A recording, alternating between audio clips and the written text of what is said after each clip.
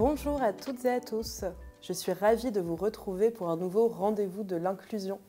C'est déjà la 4e édition de cette émission dédiée aux référents handicap, aux RH, aux managers. Apparemment, cette émission vous est très utile d'après vos retours et nous vous en remercions. Je suis aujourd'hui avec Simona Burgieux-Dessimone, pilote de la mission handicap de la sécurité sociale. Bonjour Simona. Bonjour Pauline. Et nous allons vous présenter aujourd'hui 3 nouveaux outils développés par la mission handicap, à savoir une série de vidéos témoignages, un podcast et une toute nouvelle version de la plateforme de quiz Handi Passport.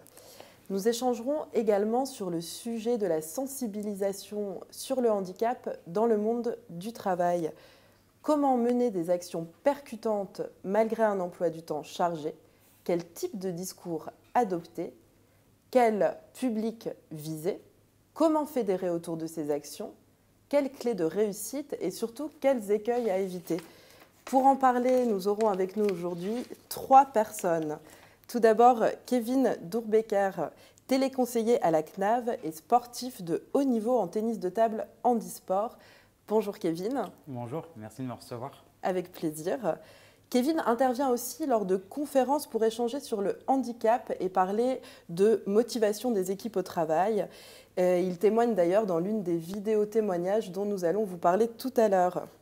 Nous bénéficierons également dans la deuxième partie d'émission de retours sur expérience de Geneviève Beuler, responsable RH à la DRSM du Grand Est, qui a mené une action de sensibilisation très intéressante auprès des managers, ainsi que d'Emmanuel Play, qui nous vient de la région Centre-Val de Loire pour l'assurance maladie.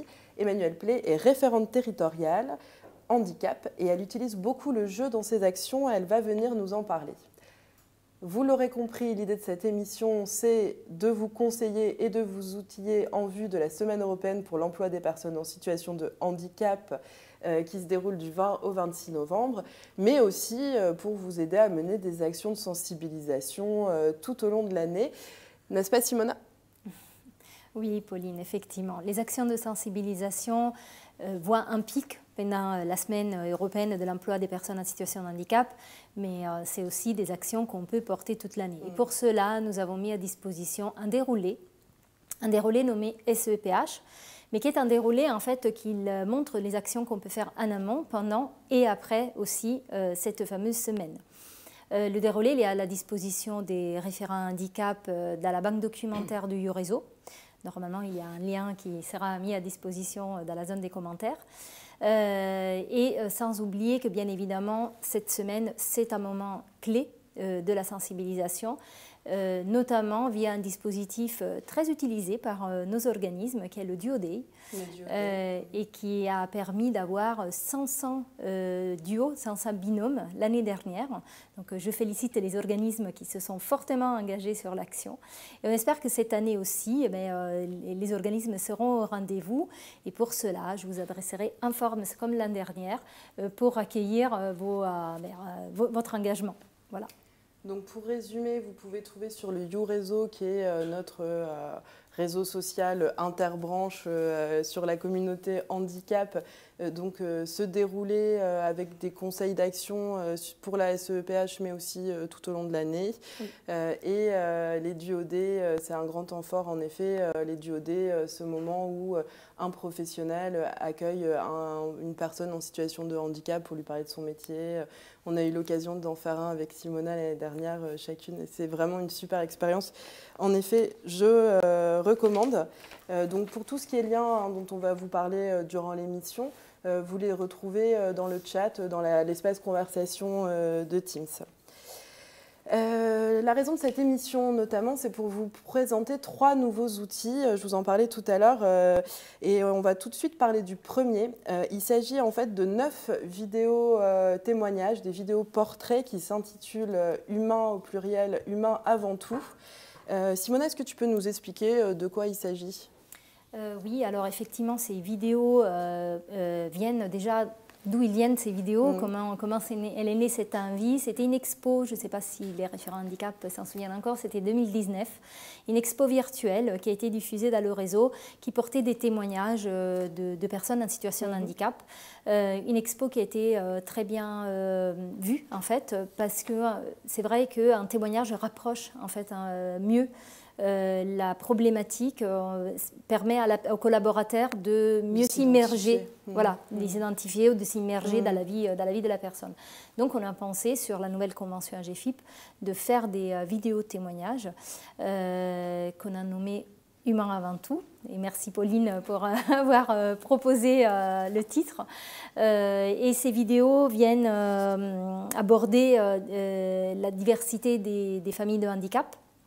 On retrouve là l'handicap psy, l'handicap moteur, les maladies invalidantes. Donc on a essayé de prendre la totalité, ou en tout cas une bonne représentation des familles d'handicap, afin de pouvoir mettre à disposition ces vidéos auprès des organismes qu'ils puissent ensuite, bien évidemment, l'objectif c'est que les collaborateurs, les 145 000 collaborateurs de la sécurité sociale puissent voir les vidéos pour se sensibiliser sur ces sujets.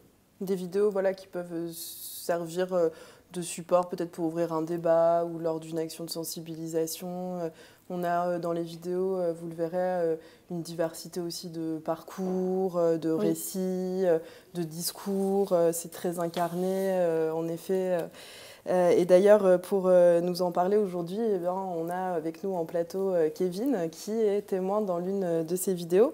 Kevin est téléconseiller à la CNAV et il est aussi sportif de haut niveau. Est-ce que vous pouvez vous présenter rapidement ? D'accord, donc moi je suis rentré donc, à la CNAV donc, le 19 novembre 2021, donc, en tant que téléconseiller donc, sur la plateforme de service donc, à Saint-Denis. D'accord. Donc ça fait 2 ans que je suis au plus proche des assurés qui veulent demander la retraite. Comme c'est une seule demande, c'est une seule fois dans sa vie, c'est vrai que ce n'est pas évident.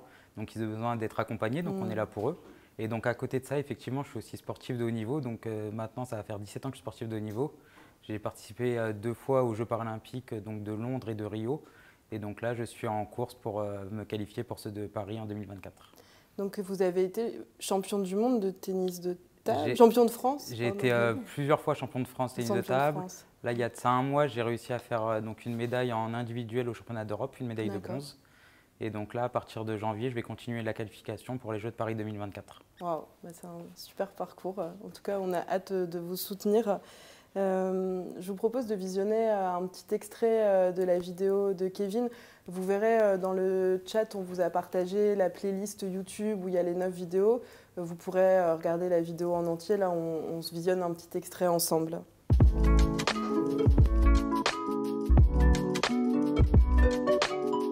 Si j'avais un message pour les managers, donc ça serait vraiment de faire confiance à une personne en situation de handicap comme à une personne valide, parce que je pense qu'on a les mêmes compétences, donc il ne faut pas s'arrêter au handicap.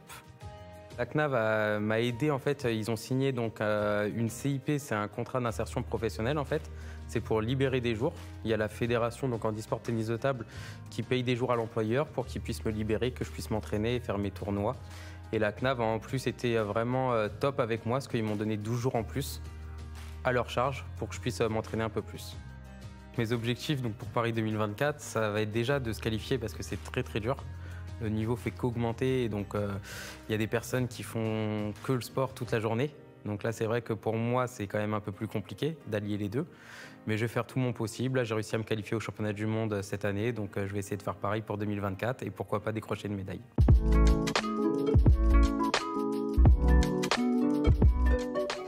Alors, ce que j'ai beaucoup aimé dans cette vidéo, c'est que vous parlez avec beaucoup de franchise et de simplicité. Vous parlez au début de la vidéo un petit peu de votre handicap. Vous parlez aussi voilà, de votre expérience dans le milieu professionnel. Vous parlez évidemment de sport, ce qui est quand même votre sujet. J'ai trouvé le rendu vraiment super. Je voulais vous demander, vous, comment ça s'est passé, le tournage de la vidéo, et puis peut-être aussi pourquoi est-ce que vous avez accepté de participer. Alors moi, le tournage de la vidéo s'est très bien passé. J'ai été super bien accueilli. J'ai tout de suite accepté parce que ça me paraît bien de pouvoir sensibiliser les gens justement sur le handicap. Parce qu'il y avait beaucoup de préjugés, mais maintenant, plus ça va, plus je trouve que le monde professionnel s'ouvre de plus en plus. Et donc pour moi, c'était une super expérience et tout s'est bien passé et c'est un plaisir de pouvoir le partager avec tous les collaborateurs. Et est-ce que vous avez eu, peut-être pas encore déjà, mais vous attendez des réactions de vos collègues, peut-être? J'imagine que vous allez leur montrer la vidéo. Oui, je vais montrer la vidéo à mes collègues et puis ils ne vont pas se gêner aussi pour me taquiner parce qu'ils sont taquins dans mon équipe, donc ils vont en profiter. Mais oui, je vais leur montrer la vidéo. Mais de toute façon, vous êtes une personne qui avait un peu l'habitude de parler de ces sujets en public. On en a parlé un peu en amont. Vous animez parfois des sortes de conférences ou des moments pour sensibiliser au handicap. Est-ce que vous pouvez nous en parler un petit peu? Oui, donc tout à fait. J'ai fait plusieurs conférences avec des grands groupes, donc, où j'ai été invité donc, à présenter un peu mon histoire, mon parcours, et de jouer aussi avec donc, les employés qui sont très friands de venir faire des balles contre moi. Des balles contre vous? Oui, au tennis de table. Donc voilà. Et donc on faisait généralement, donc c'était les employeurs me demandaient en fait de faire un discours parce que c'est vrai qu'entre le handicap et le sport de haut niveau et la vie professionnelle, c'est à peu près pareil. Il y aura forcément un moment, peut-être des déceptions, des échecs, et c'est pour montrer qu'il ne faut pas lâcher, s'accrocher, et que si on s'accroche, après on peut y arriver. Donc c'est vraiment l'idée qui est autour de tout ça, avec évidemment un brin d'humour, parce que je trouve que pour faire passer la barrière du handicap, c'est important. Parce qu'il y a les gens en face de nous, les personnes qui sont valides, c'est vrai que des fois, elles sont un peu mal à l'aise avec le handicap et ont peur de poser des questions. Donc moi, c'est vrai que j'ai aucun tabou sur mon handicap et c'est vrai que c'est un plaisir d'aller partager ces moments avec les entreprises. Oui, en fait, vous nous disiez, souvent vous démarrez les interventions par un petit brin d'humour, vous essayez un petit peu de... Comment dire de briser la glace. Briser la glace, ouais, c'est ça. Exactement. Et après, c'est vrai que moi, à la fin, je mets toujours des questions-réponses quand je me présente. Parce qu'il y a plein de personnes qui sont assez curieuses de savoir comment ça se passe avec le handicap pour s'entraîner. Et puis même après, de rentrer un peu plus dans les détails, dans la vie personnelle, comment ça se passe tous les jours avec ce que j'ai des séances de kiné, tout ça. Donc ils sont vraiment intéressés par tout ça. Donc c'est vrai que l'humour au début, c'est vraiment, ils voient que je suis quelqu'un d'accessible et que mon handicap pour moi n'est pas un frein, mais bien au contraire. Aujourd'hui, je trouve que c'est une force parce que j'ai réussi à bien vivre avec. Donc tout va bien de ce côté-là. Oui, c'est une force que vous transmettez aussi parce que en fait, ces sensibilisations, c'est des discours, en tout cas, c'est des moments un peu aspirationnels quoi, pour motiver. Voilà, comme vous le disiez tout à l'heure, le sport, le handicap, la vie professionnelle, on peut avoir des moments où c'est plus difficile, d'autres où on avance. C'est vraiment une belle approche. Simona, on va passer au deuxième outil dont on voulait vous parler aujourd'hui, qui est aussi un outil de sensibilisation un petit peu différent. On aura aussi des témoignages, mais on a aussi un regard peut-être un petit peu plus expert. Il s'agit d'un podcast donc plutôt pour les référents handicap ou pour les RH, mais honnêtement, c'est aussi pour tout à chacun. Ça s'appelle Au boulot et c'est un podcast qui va être sponsorisé par Vivre FM, qui est une radio associative spécialisée sur le handicap. Simona, est-ce que tu peux nous parler un petit peu de ce podcast ? Oui, alors cette série de podcasts, oui. Je dirais, il y a 6 épisodes. Pour l'instant, nous lançons les 3 premiers épisodes. C'est un podcast qui vient traiter de la discrimination au travail. L'idée, en fait, c'est qu'encore aujourd'hui, malheureusement, on connaît les chiffres, c'est le premier motif de discrimination, c'est le handicap. On totalise 20% des réclamations adressées aux défenseurs des droits dans ce domaine. Et la mission handicap nationale de la sécurité sociale a souhaité être au rendez-vous sur cette thématique et a souhaité mettre en place, donc, sur un format un peu nouveau. C'est vrai qu'en termes de communication, on a la news handicap, on a les vidéos et on voulait aussi être au rendez-vous sur les podcasts parce qu'on s'est dit c'est un outil assez pratique. Moi, je l'ai expérimenté. J'écoute le podcast tout en continuant à travailler. Oui, c'est l'avantage des podcasts, c'est qu'on peut les écouter en faisant autre chose parfois. Alors, voilà. Pas quelque chose, il faut quand même pouvoir écouter, mais... Bien sûr, il faut peut-être être sur des tâches un peu répétitives. Ça permet d'écouter le podcast parce qu'il a quand même une durée d'à peu près 20 minutes. Donc, il faut trouver ce temps-là. Et surtout, c'est en fait un outil qui vient... moi, j'ai voulu que le prestataire nous accompagne sur quelque chose qui ne soit pas juste de l'information, mais un peu venir nous accompagner dans la comment le cerveau fonctionne, surtout sur les biais cognitifs. Voilà, sur les biais beaucoup, cognitifs, oui. mais aussi sur cette histoire de discrimination. Avoir des spécialistes derrière qui viennent nous expliquer aussi pourquoi on fonctionne de telle manière. Donc on a plein de témoignages. Il y a beaucoup de personnes qui sont intervenues dans ces podcasts et les podcasts, ils sont d'une grande qualité. Et c'est pour ça que Vivre FM a décidé de nous sponsoriser, donc de nous accompagner dans le projet. Et aujourd'hui, les podcasts, ils sont déjà sur la plateforme de Vivre FM. Vous aurez à l'écran... Oui, vous pouvez dans le chat, vous avez le lien. Et donc, si vous cliquez sur ce lien, vous allez arriver sur une page de Vivre FM. Et il y a les 3 premiers épisodes, sachant qu'il y en aura 3 autres qui sortiront aussi bientôt. Et Vivre FM les diffusera sur la radio, mais bien évidemment, on a demandé un temps en fait, d'attente. Parce qu'aujourd'hui, nous, on vous met à disposition ces outils-là, hein, c'est pour vous, les référents handicap, pour pouvoir vous les approprier et voir si effectivement sont diffusables pour les CPH. Ça doit toujours se faire en lien avec ce qu'on peut faire au sein de son propre organisme. Dans tous les cas, Vivre FM s'est engagé à nous les diffuser pendant la semaine européenne pour l'emploi des personnes en situation de handicap du 20 au 26. Il y aura un jour sur 2 un podcast de la sécurité sociale à midi. Donc c'est vrai qu'il faut rappeler que ces outils-là, les vidéos et le podcast, ils sont aussi menés en partenariat avec la GFIP dans le cadre de notre convention. Et on est très heureux aussi de pouvoir, au-delà de l'institution, les mettre à disposition aussi de toute personne qui agit sur le handicap. Oui. C'est vrai qu'au-delà des vidéos témoignages, les vidéos témoignages sont très incarnées, elles sont très belles, c'est des beaux parcours de vie. Le podcast, il contient aussi ça, mais il contient aussi, on va dire, un cheminement, une réflexion qu'ont même la personne, en fait, on a une voix off qui nous accompagne tout au long du podcast et qui elle-même se pose en permanence des questions éventuellement sur les biais cognitifs qui peuvent amener à discriminer. Donc l'idée, c'est vraiment de se dire tranquillement, on a tous envie de bien faire et comment est-ce qu'on peut objectivement mieux faire. Et c'est vrai que je pense que peut-être le premier épisode est un peu plus généraliste, mais vous verrez les épisodes suivants. Moi, je ne suis pas spécialiste, je travaille sur le sujet, j'ai appris des choses. Je pense que toi, Simona, qui connais très bien le sujet, tu as appris aussi des choses. J'ai aussi appris des choses. J'en étais ravie, d'ailleurs, d'apprendre aussi des choses par les podcasts. Donc, effectivement, le premier pose le cadre. On ne pouvait pas arriver directement sur le sujet sans poser d'abord le cadre. Donc le cadre, pour les référents handicap, on le connaît, mais on sait que plein de monde n'a pas cette connaissance. Et ensuite, effectivement, on a abordé le sujet de l'embauche, la discrimination à l'embauche. Et le troisième sujet, pour le moment, c'est les conditions de travail matérielles, mais aussi organisationnelles. C'est un podcast qui est assez riche, donc chaque épisode dure entre 20 et 30 minutes. Et donc l'idée, je pense, c'est déjà que les référents handicap s'en emparent. Ça peut aussi intéresser les fonctions RH. Mais je pense qu'en effet, ça peut intéresser toute personne concernée de près ou de loin, parce qu'on a tous intérêt à s'informer sur ce sujet. Je vous propose d'écouter un court extrait. C'est un petit extrait du premier épisode pour vous donner une idée du ton du podcast.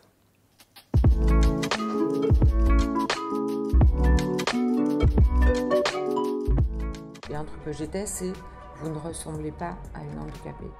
J'ai bugué, j'ai frisé, mon cerveau s'est débranché la fait. Donc voilà, autant de conneries en une petite phrase. Vous êtes en train d'écouter Au boulot, ou comment déconstruire les discriminations autour du handicap au travail. C'est un podcast produit par la Mission Handicap de la Sécurité Sociale et réalisé par Marguerite Fouletier et Romain Rabier. Moi, je suis valide, même si j'ai un aperçu du handicap à travers celui de ma fille. Et c'est ma voix que vous allez entendre pendant les entretiens. Alors, comme vous, sans doute, je ne suis pas exempte de paroles discriminantes. Ensemble, j'aimerais qu'on essaye de comprendre pourquoi il existe encore des discriminations autour du handicap et comment chacun et chacune d'entre nous peut arrêter ça. Vous êtes d'accord ? On y va ? Alors pour nous aider à mener l'enquête, on a rencontré 2 types de personnes. D'un côté, des profils plutôt experts, comme des sociologues, des scientifiques spécialistes de la question, et de l'autre, des personnes elles-mêmes en situation de handicap qui témoignent de leur quotidien. Donc la première chose qu'on a faite, c'est de mettre des gens dans des cases. Et c'est ça la base de la discrimination. C'est pour éviter ce genre d'erreur que dans ce podcast, vous allez entendre des expériences vécues, des réflexions, des conseils, mais aussi des questions ouvertes que je vous poserai à vous, pour qu'ensemble, on essaye de faire en sorte qu'il n'y ait plus besoin de faire de podcasts sur les discriminations autour du handicap au travail.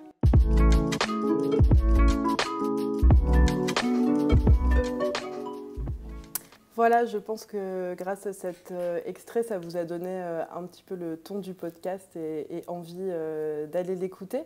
D'ailleurs, Kevin, vous, est-ce que ça vous donne envie d'aller écouter le podcast et qu'est-ce que vous pensez du fait que votre employeur, ou en tout cas la sécurité sociale pour qui vous travaillez, produise ce type d'outils?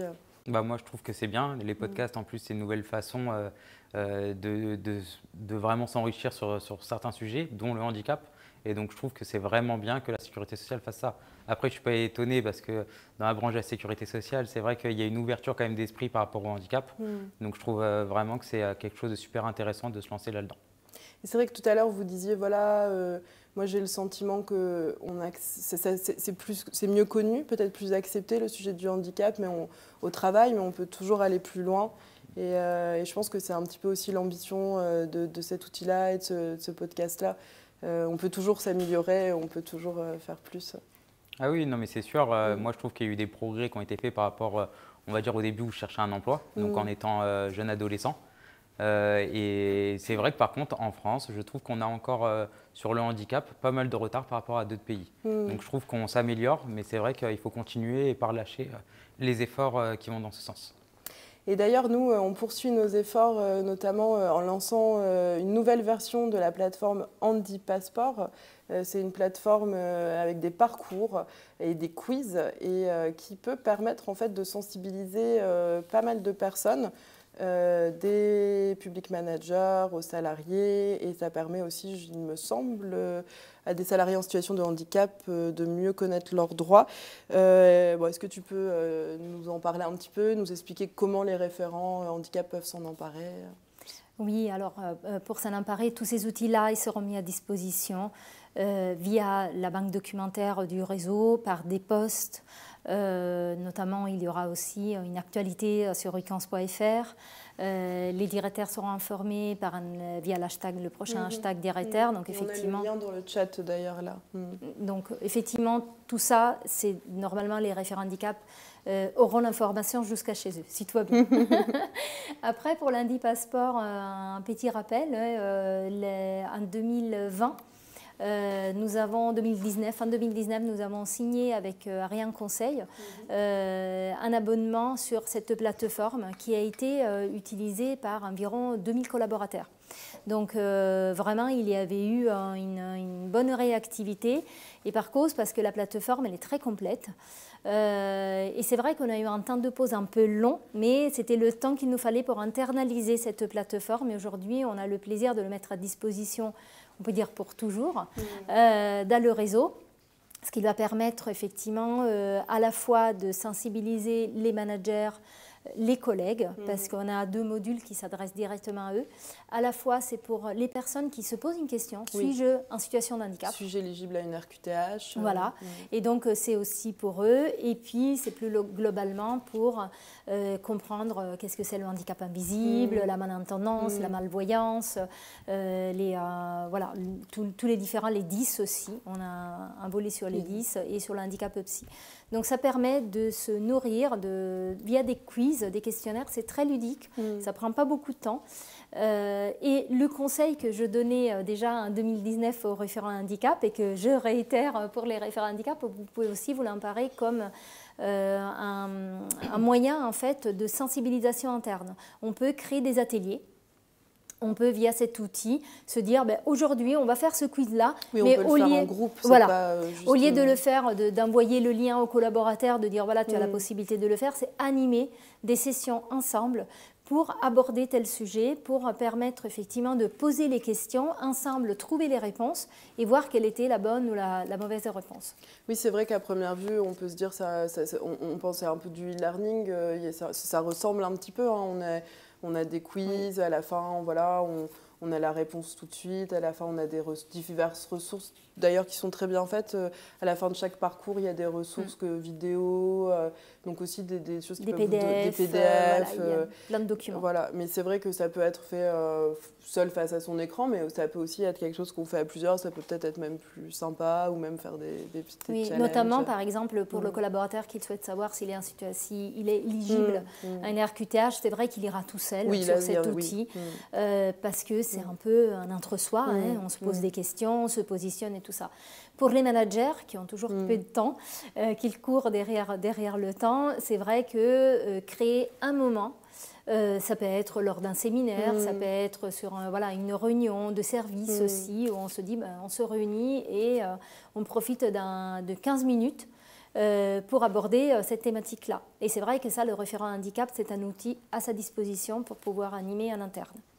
Voilà, donc vous avez l'adresse dans le chat. Comme l'a dit Simona, il y aura aussi une communication dédiée sur cet outil. On a fait, nous, l'ensemble de tous les parcours et franchement, c'est très bien fait, c'est assez ludique et très complet.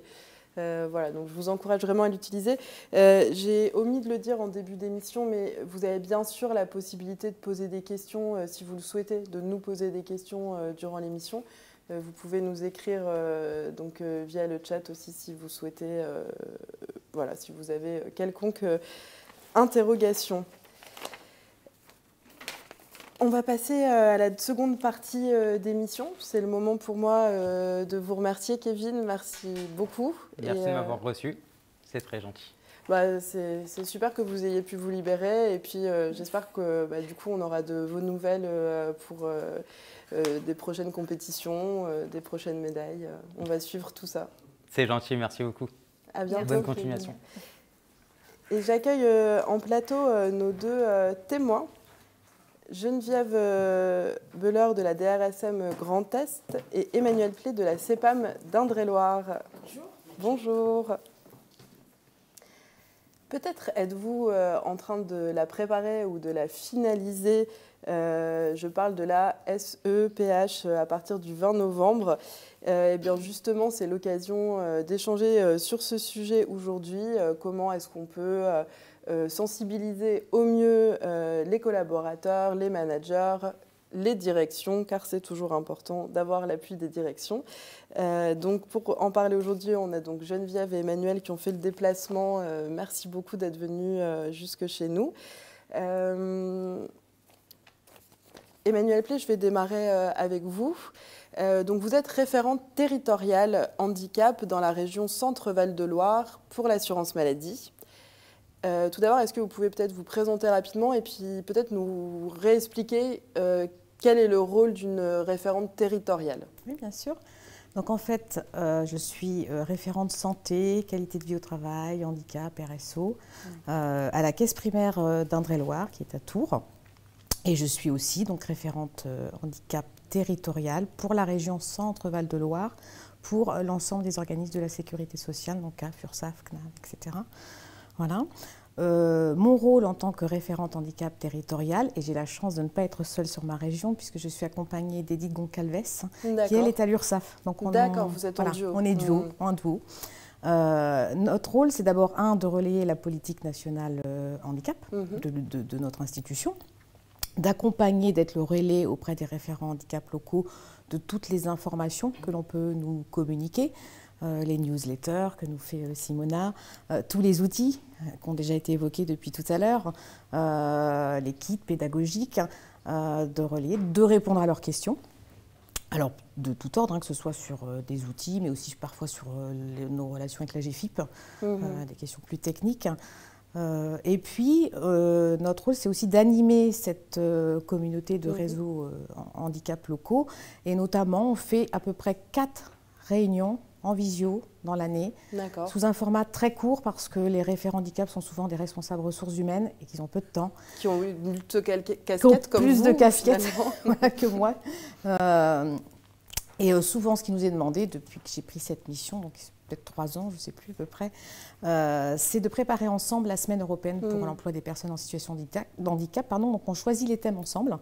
Et après, chacun va piocher en fait dans le kit national UCANS ou dans le kit qu'on propose sur la région et qu'on travaille ensemble. Oui, et puis j'imagine que ça vous permet d'échanger sur les bonnes pratiques. Alors on fait aussi, bien sûr, on prépare la semaine, mais on échange sur nos bonnes pratiques, sur même nos outils. Par exemple, à la Caisse de Tours, on avait fait notre plan d'action handicap à partir de la convention AGFIP. Et du coup, on le donne aux organismes. Ça fait gagner du temps à chacun de mutualiser nos pratiques, nos outils. Et donc vous venez aujourd'hui nous parler parce que pour l'édition 2021 de la Semaine européenne pour l'emploi des personnes en situation de handicap, vous êtes beaucoup passé par le jeu, par ce qu'on appelle la gamification, ludification en RH. Vous avez travaillé à partir des jeux Talent et Handicap et Handi Poursuite. Est-ce que vous pouvez nous expliquer Alors le jeu Talent et Handicap, c'est le jeu que nous fournit la mission nationale de Lucans. Un jeu qu'on peut faire à distance, qu'on peut faire en présentiel. Là, il était en fait en visio, à distance, avec l'ensemble de la région Centre-Val de Loire. C'est un jeu de plateau ou c'est un jeu de... En fait, il faut découvrir quel est le talent qui se cache avec l'handicap qu'il a, et ça nous permet de découvrir l'ensemble des handicaps, moteur, sensoriel, les maladies invalidantes, etc. Et on va lire une petite phrase, qui est né en 1900, je ne sais pas combien, un problème à son poignet. Et voilà, on doit deviner qui c'est.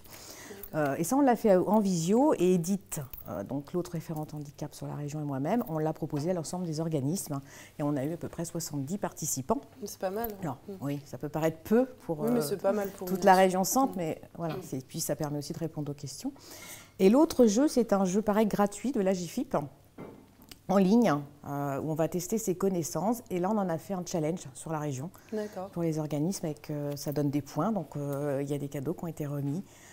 Donc, un cadeau, là, c'était je sais plus, c'était un petit panier garni fait par un ESAT en local à Tours, avec des personnes en situation de handicap qui travaillent.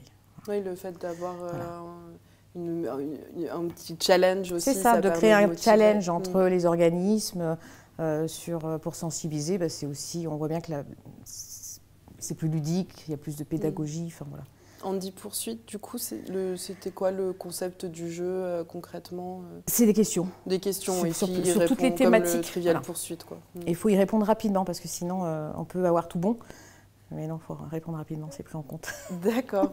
Et donc, est-ce que vous aviez eu des retours de personnes qui ont participé? Oui, alors je disais, d'ailleurs, je n'ai pas dit, mais sur le jeu de la GFIP avec le challenge, là, on avait par exemple, je crois, 270 participants. Voilà, mais c'est un challenge, c'est plus rigolo. Voilà. Le retour qu'on a eu, des retours positifs. Alors, sur les jeux, oui, sur cette semaine, oui, parce qu'on mutualise, c'est quand même des temps courts. Donc que des retours positifs pour les RH et côté salarié aussi, parce que ça permet d'échanger. Après, sur ce jeu Talent et Handicap, le retour positif que j'ai, c'est plutôt de pouvoir intervenir dans les services, en fait, dans les réunions de service et de l'animer. Voilà. Donc plus en présentiel. Plus en présentiel, parce qu'on peut échanger avec les salariés, et après, là, sur l'expérience qu'on a, c'est qu'ils reviennent nous voir après. Oui, donc on a deux types de jeux, On a un jeu qui permet un peu d'ouvrir la discussion, l'échange, et puis un autre un petit peu plus, on va vous donner des connaissances, puis il y a un petit challenge. D'accord. Et si on veut, par exemple, avoir ces jeux, il suffit de les demander à la GFIP, ou il faut passer par toi, Simona? Alors, pour les jeux mis à disposition par la mission handicap, effectivement, il faut passer par moi. À savoir que le jeu Talent et Handicap, il est aussi dans la banque documentaire du réseau, là où il y a le déroulé de la SCPH. Il y a aussi tout le kit de déploiement, parce qu'en fait, c'est un PowerPoint qu'on peut tout simplement vidéoprojecter. Ça peut être fait soit en présentiel, soit en distanciel. Mais on peut bénéficier aussi de la boîte physique. Donc les référents territoriaux, normalement, ils sont tous équipés. Sur les régions, ils ont leur jeu Talent et Handicap, mais nous avons aussi la possibilité de l'adresser depuis ici Lucans. Pour ça, il faut m'écrire et il faut assumer les frais d'expédition. Et nous, on peut le mettre à disposition d'un organisme, même pendant 6 mois ou 1 an s'il le faut. Après, ce qu'on souhaite, c'est de le récupérer afin de pouvoir le mettre à disposition d'autres organismes. D'accord, donc Talent et Handicap, on peut le retrouver dématérialisé sur YouRéseau. Si on veut vraiment le jeu en tant que tel, on peut te contacter pour, entre guillemets, l'emprunter. Et Handi Poursuite, c'est avec la GFIP. C'est mis à disposition par la GFIP. Alors la GFIP, les référents handicap le savent, mais il y a un site activataire de progrès où la GFIP met à disposition différents outils, que ce soit pour la SCPH ou pas. D'ailleurs, elles sont répertoriées, tous les ActiveBox, qui sont des outils de communication pour les collaborateurs sur les différentes thématiques liées au handicap. Et donc, c'est là où on retrouve aussi Handi Poursuite. Après, Emmanuel, je pense que tu as contacté la GFIP pour pouvoir faire un challenge interbranche. Donc, on peut aller au-delà de ce qui est mis à disposition. On peut aussi les solliciter pour accompagner un challenge réseau en fait. D'accord. Ça me permettait d'avoir en fait les résultats de chaque personne qui s'était inscrite pour faire le jeu. Ah oui, puis comme ça, vous n'aviez pas forcément à traiter cet aspect-là, c'est pratique aussi. Si vous avez besoin, l'adresse de Simona, l'adresse mail est dans le chat Teams. Et moi, excuse-moi, Pauline, je tiens à remercier tous les référents territoriaux pour leur engagement. Parce qu'effectivement, c'est un rôle qui n'est pas simple. Emmanuel l'a dit, hein, ils sont un peu entre le lien entre la mission handicap nationale et le local. Il nous faut aussi remonter toutes les problématiques, mais en fait, ce sont la clé de voûte pour moi de la mission handicap nationale, parce que sans eux, on ne serait pas si près du terrain et des référents handicap locaux qui sont, comme elle a dit Emmanuel, débordés, qui n'ont pas énormément de temps, et avoir ces petites réunions chaque année sur des thématiques bien précises, locales en plus, qu'ils peuvent interpeller, peut-être faire intervenir ça peut être des ESAT, ça peut être le Cap Emploi, ça peut être en fait des acteurs du terrain. Ça, c'est très utile pour eux. Donc, moi, je tiens vraiment à te remercier et à remercier tous les référents handicap territoriaux. Merci pour eux. Et je fais un appel à candidature en même temps, parce qu'on a des régions où effectivement il y a des binômes, parfois on a même 3 personnes sur les régions, parfois on en perd quelques-uns ou quelques-unes parce que la charge de travail est importante. Et aujourd'hui, on aurait besoin de renforts sur la Normandie, les pays de la Loire, le PACAC et aussi l'Île-de-France, parce qu'on a là aussi une référente territoriale qui est partie. Donc n'hésitez pas à m'écrire si vous êtes intéressé. Il y a en fait, en plus de son rôle de référent handicap, ce qu'on demande, c'est d'être un peu en lien avec la mission handicap nationale, ce qui permet aussi d'être un peu les premiers, avoir les prémices sur tous les outils qui sont lancés. Et on a des réunions en distanciel et un séminaire à l'année. Voilà. Oui, c'est l'occasion de travailler en interbranche, de rencontrer d'autres collègues et puis de mener des actions aussi, en tout cas d'imaginer des actions un petit peu originales, comme ce que vous avez fait avec le jeu. Je me tourne vers vous, Geneviève Beller. Vous venez de la DRSM Grand Est. Déjà, merci à toutes les deux encore d'avoir fait le déplacement jusque dans notre studio montreuillois, à Montreuil. Est-ce que vous pouvez déjà vous présenter, s'il vous plaît ? Donc Geneviève Beller, je suis responsable des ressources humaines à la direction régionale du service médical Grand Est. Donc elle est composée de 580 salariés répartis sur 17 sites géographiques. Et pour rappel, les missions du service médical sont de 3 ordres. Donc la justification médicale des demandes de prestations des assurés.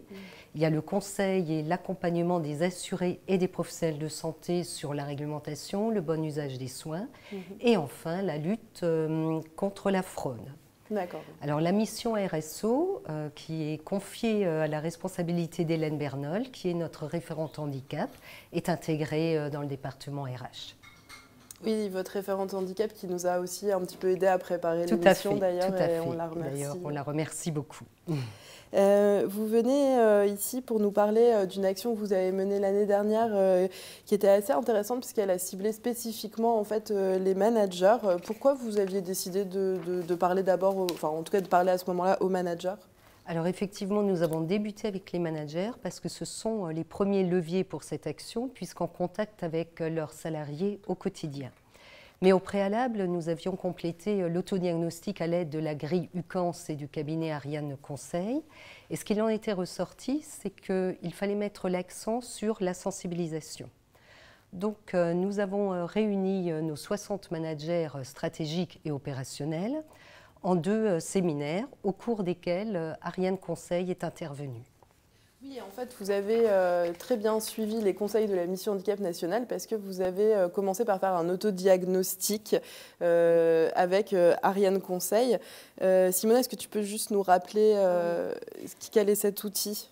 Oui, alors l'autodiagnostic, il est déjà disponible sur le site ucans.fr, sur la page handicap. C'est un document Excel qui a été construit par Ariane Conseil. En fait, il nous a été mis à disposition dès l'ouverture de la mission handicap. Les premiers outils qui ont été construits, c'était des modules de formation pour accompagner les référents handicap à s'approprier de cette mission et en même temps un outil d'autodiagnostic. parce qu'on considère que c'est vraiment important de faire le point en interne de ce qui est nécessaire à mettre en place. La mission handicap fournit beaucoup d'outils.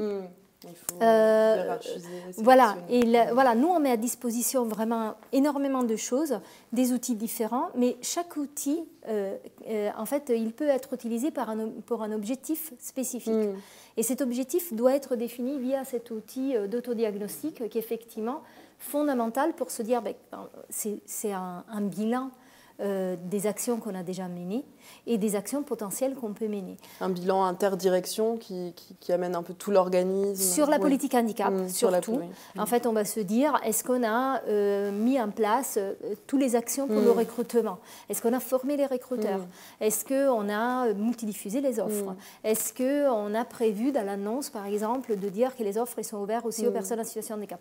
Ça fait le tour, en fait, sur différentes thématiques. Ça peut être le recrutement, les achats responsables, le pilotage aussi, comment c'est géré en interne, qui s'occupe en fait de la mission handicap, d'être référent handicap en interne.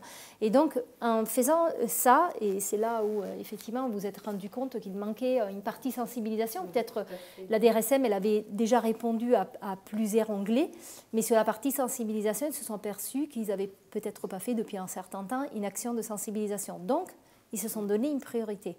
Et cette priorité répond à un besoin. Et c'est là où ça devient intéressant, l'action de sensibilisation, effectivement. Parce qu'on a un objectif, on a une priorité, on a un besoin concret identifié, et on va voir comment l'action, elle va venir interagir avec le terrain et quel est le résultat après. D'ailleurs, si ça vous intéresse, on vous a mis donc dans le chat le lien vers les informations sur cet outil d'autodiagnostic. Pour revenir du coup à l'action spécifique que vous aviez menée auprès des managers, ça s'était déroulé sous quelle forme en fait? Alors donc c'était un séminaire, en fait il y en avait deux pour regrouper tout le monde. Et donc en fait il y a eu l'intervention d'Ariane Conseil lors de ce séminaire.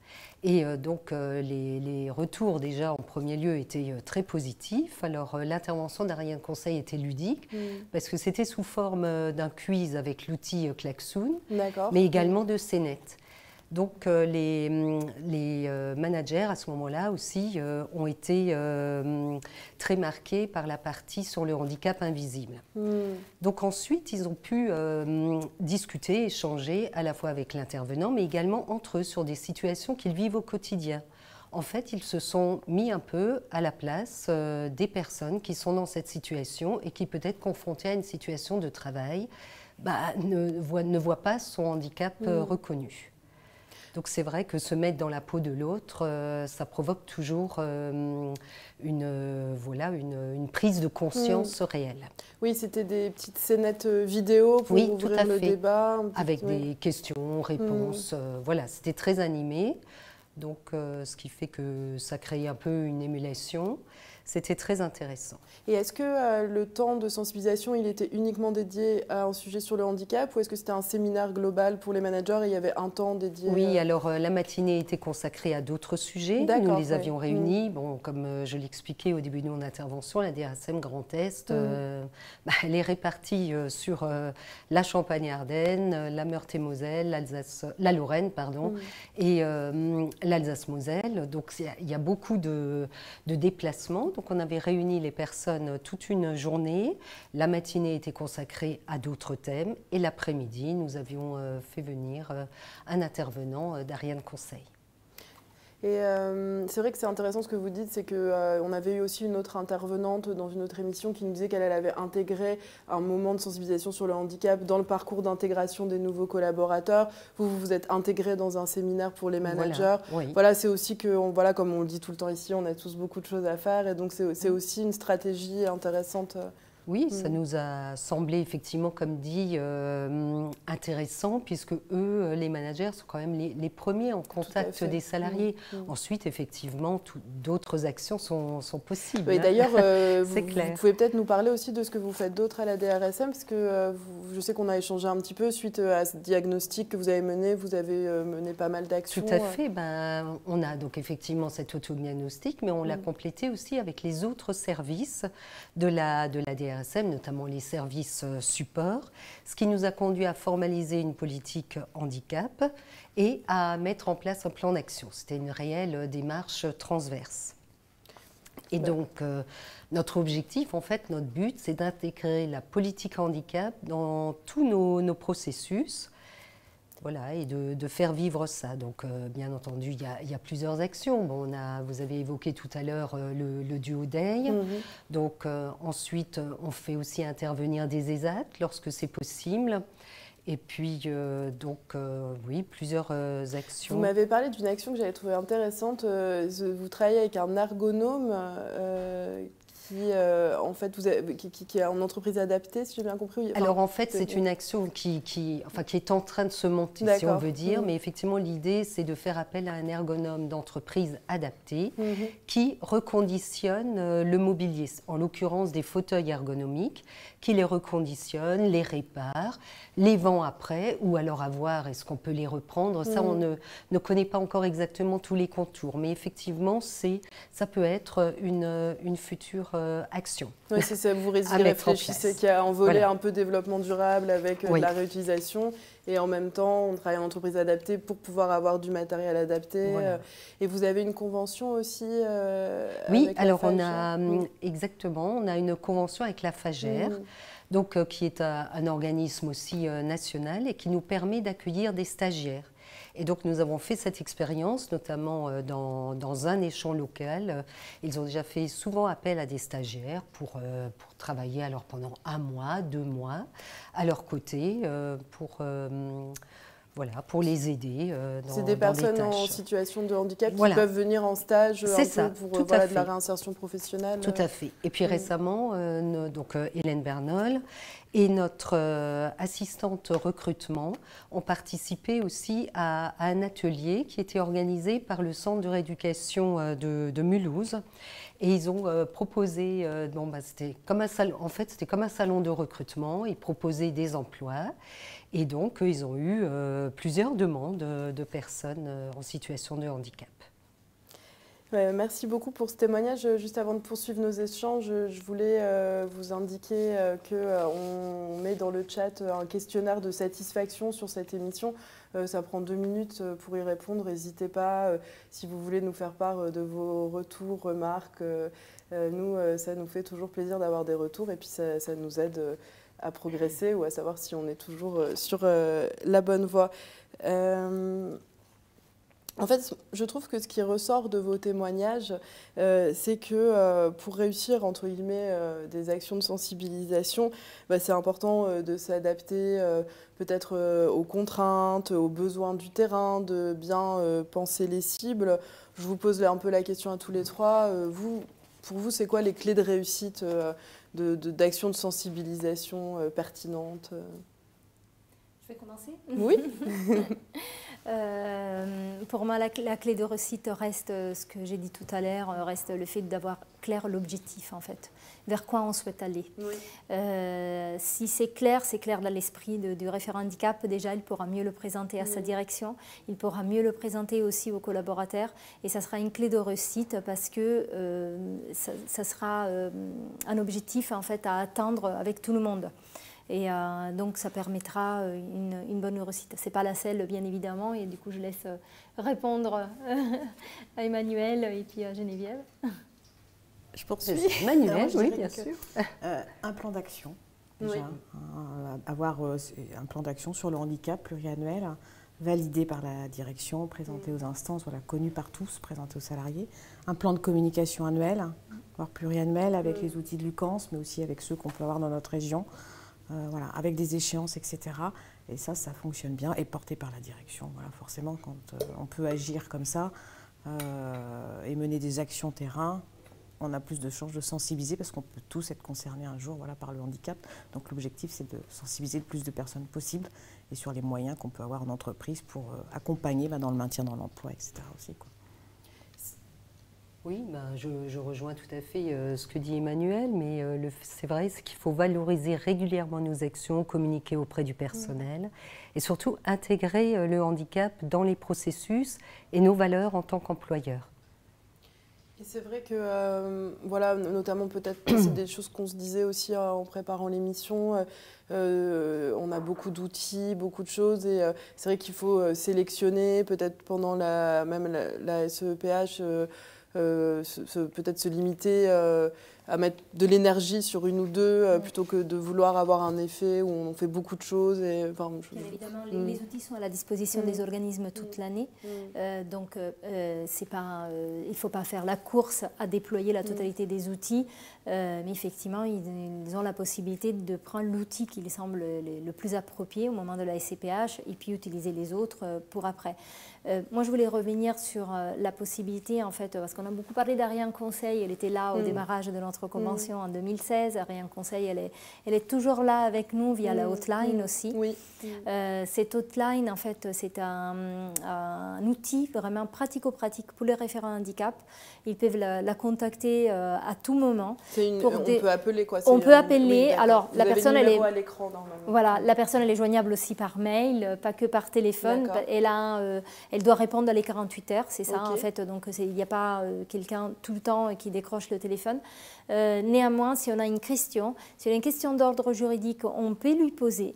Et on peut aussi lui demander, parce que je pense à nos DRSM qui sont des établissements publics, qui ne peuvent pas être accompagnés par la GFIP sur des plans d'action, par exemple. C'est vrai que la hotline, elle est là aussi pour accompagner les organismes à appréhender un plan d'action. Ils ne viennent pas sur l'abonnement que nous payons, que la Mission Handicap Nationale paye. Ils ne peuvent pas se déplacer, mais ils peuvent donner des bons conseils déjà au téléphone. Et après, effectivement, si on souhaite structurer un vrai plan d'action avec un diagnostic, avec un accompagnement plus poussé, là, c'est la GFIP qui peut venir en aide de nos organismes. D'accord, ouais, donc là, vous avez le numéro à l'écran ou le mail. On peut les solliciter pour des choses plus du quotidien ou juridique, mais on peut aussi les solliciter dans ce cadre de la sensibilisation. D'ailleurs, on se l'est tous dit pendant l'émission, avant, il n'y a pas que, entre guillemets, la SEPH dans la vie, même si c'est un temps fort important. Et c'est important d'avoir des piqûres de rappel. Je pense que vous me le disiez aussi, que même vos managers, à un moment, avaient dit on a aussi besoin d'avoir des ressources régulières. Oui, c'est sûr. Il faut en fait, il faut que cette politique soit connue, soit valorisée, mais par une seule action telle que nous l'avons menée avec la sensibilisation des managers, ça ne suffit pas. Il ne faut pas que ce soit une action ponctuelle qui arrive une fois dans l'année, voire une fois tous les 2 ans.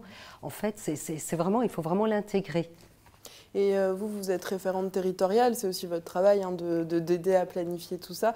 Quel conseil vous donneriez justement pour essayer d'avoir quand même quelque chose? Alors bien sûr, on ne peut pas être tout le temps hyper actif, mais pour avoir des actions aussi à peu près régulières dans l'année, ou en tout cas d'avoir un suivi. De construire son plan de communication. Après, il y a la journée de l'aidant, il y a la journée de tel handicap, etc. Ça peut aider à communiquer toute l'année. Après, nous, ce qu'on a fait à la caisse primaire de Tours, qui a été validé par notre direction, c'est de passer dans chacun des services, animer ce jeu talent et handicap, qui quand même peut être sous un format plutôt court, je vois 20 minutes à peu près. Et là, on sensibilise vraiment l'ensemble des équipes. On a les managers, on a les agents dans tous les services, sur 1 an à peu près. Alors ça dépend, nous on est 450, donc on peut le faire sur 1 an et encore, quand on est plus de temps. Mais là, on est vraiment sur un format court, terrain, où les salariés entendent sur les différents handicaps. Et là, pour l'avoir mené depuis le début de l'année, beaucoup de salariés n'imaginaient pas les maladies invalidantes, les cancers, tout sur les troubles autistiques, etc., que pouvait y avoir des reconnaissances d'handicap, un burn-out, une dépression. Enfin, on est loin de ça, en fait. Et d'ailleurs, en général, après des actions de sensibilisation, on reçoit... Alors, j'ai reçu depuis 4 à 5 salariés et on a 4 reconnaissances de qualité très handicapée en cours, avec derrière des adaptations de poste. Merci beaucoup pour ces témoignages. Je voulais juste aborder un sujet essentiel qui est le financement. Simona, est-ce que pour ces actions de sensibilisation, est-ce qu'elles ont un impact sur les dépenses déductibles ? Oui, effectivement, depuis la loi Avenir professionnel, on peut aujourd'hui déduire certaines dépenses donc, de sensibilisation notamment les dépenses relatives à la participation à des événements comme des salons ou des forums qui promouvent l'accueil, l'embauche directe et le maintien dans l'emploi des travailleurs handicapés. Donc on y intègre aussi des opérations de communication plutôt de sensibilisation interne. Par contre, tout ce qui est communication externe, ça ne va pas rentrer dans ces dépenses dites déglutibles. D'accord. Vous avez une fiche qu'on vous a mis dans le chat de l'AGFIP sur le sujet, si vous voulez aller un peu plus loin sur ce sujet-là. Donc je vous rappelle que si vous le souhaitez, vous pouvez remplir notre questionnaire de satisfaction sur cette émission pour nous donner votre ressenti. Vous aviez la possibilité aussi de poser des questions pendant l'émission. Pour l'instant, on n'en a pas reçu, qu'on espère que tout était bien clair, mais en tout cas, n'hésitez pas. Avant de nous quitter, parce que c'est bientôt la fin de cette émission, je voulais vous demander, du coup, Emmanuel et Geneviève, vous, qu'est-ce que vous avez prévu pour la SEPH cette année ? Pour 2023, donc avec les référents handicap de la région, du OD, forcément, mais ça c'est limite le prérequis aujourd'hui, sur la sensibilisation. Et puis la santé auditive, en fait, on va partir sur... mais sur le camp, on trouve tout ce qu'il faut. Vous aviez déjà peut-être mené une émission avec J'étais très contente Aura. car en effet, on avait mené une émission sur la santé auditive avec ma collègue Karine Levieux du département de développement et de l'accompagnement RH. Et ça vous a incité à mener une action. C'est ça, donc on les a contactés, c'est Arnaud Porte. Donc il nous a expliqué, il nous a fait une petite visio avec les référents handicap locaux. Et après, c'est Edith Goncalves et moi-même qui allons, lors de cette semaine, faire un petite visio très courte de 10 minutes pour expliquer qu'il y a cet applicatif, qu'il existe, qu'il est gratuit et qu'on peut faire un test et voir si on peut être orienté derrière vers un professionnel. Mais l'objectif, c'est de faire un peu de prévention sur l'audition parce que autant on va en faire visuellement, parce qu'on a une problématique, parce qu'à un certain âge, on a aussi besoin d'y aller. Autant sur l'audition, ce n'est pas quelque chose qu'on fait où on est suivi.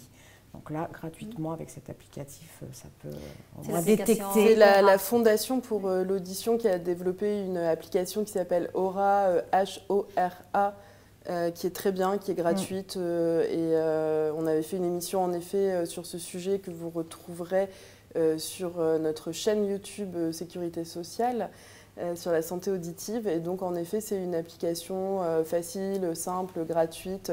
Il y a aussi des supports de com qui sont sur l'espace organisme du cans.fr. Et malheureusement, on peut tous être touchés parce qu'on est beaucoup plus soumis au bruit dans notre monde actuel. L'application, elle permet de faire un test rapide pour voir si on a besoin d'aller faire vérifier son audition. Et en effet, Arnaud Porte, qu'on avait reçu, accompagne très bien sur ces sujets. Geneviève, vous, qu'est-ce que vous avez prévu ? Oui, alors on a prévu également l'accueil de 2 stagiaires lors de la journée du ODEC dans un échelon local. On a également prévu un autodiagnostic en ligne qui questionne les salariés sur leur état de santé et le lien avec la RQTH. Et le cas échéant, ils peuvent être orientés vers un nouveau numéro vert qu'ils consultent et être orientés aussi vers le référent handicap.